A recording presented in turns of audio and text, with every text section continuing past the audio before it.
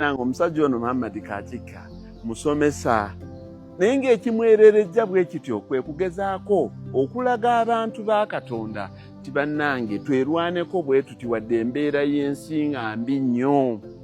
Embeera y'ensi teyimirirawo nnyo ku byabufuzi byokka naye ebintu bingi nnyo ebiba bitwetoolodde ebikyusaako obulamu bwaffe.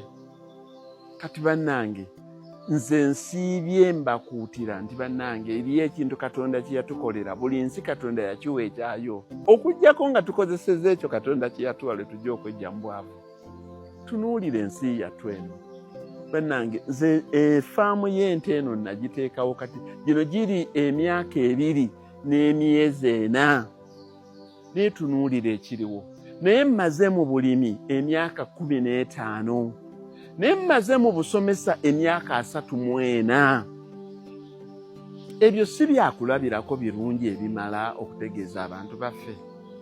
Naye bannange mbabuulidde nti nno mu bulimi naddala mu kitundu kino Central obulimi tubuteekeko obulunzi. Omuntu yenna akugamba nti lima nga takugamba nti lunda teekako n'okulunda akuumira mu bwavu. Ebigenda mu maaso mubiraba amateeka teeka ku tteeka, teeka lino ku dinnaalyo mwe mwalabye amateeka ameka ku nte kuba ente kintu olaba abantu bakyesinza abahindu ente kintu kiri sacred. Kuba mwe tujja amata naffe abantu ge tunywa ne tunywesa n'abaana baffe. Ente tediba. Njagala okubawa ekyokulabirako mu COVID. Ennyama yakenderako ebbeeyi mu COVID. Amatooke tegaagulanga 3,000. Buli kintu kyonna tekyazingama. Naye mbuulira oba wagulako kiro y'ennyama siringi 5,000 gy'olwokuba tuli mu COVID.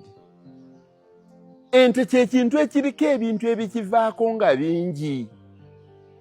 Ennyana, mutunuulire ennyana zange ezo zonna enkazi. Omuntu n'obeera awo kasookedde emyaka 2 n'akazaazisa ennyana ku faamu yange, ennyana 12.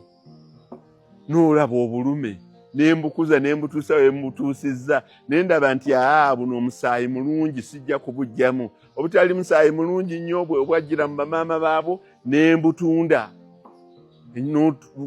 Okwata akamotoka kalamba obulume 25 n'obutunda n'osigaza obulala n'okama amata n'ojjamu obusa n'obutwala mu mmwanyi n'obutwala mu bitooke. Bannange ekintu ekyo si kye mmaze ebbanga ddene nga mbakuutira nti nno tulunde tulooke tusobole okulima obulungi.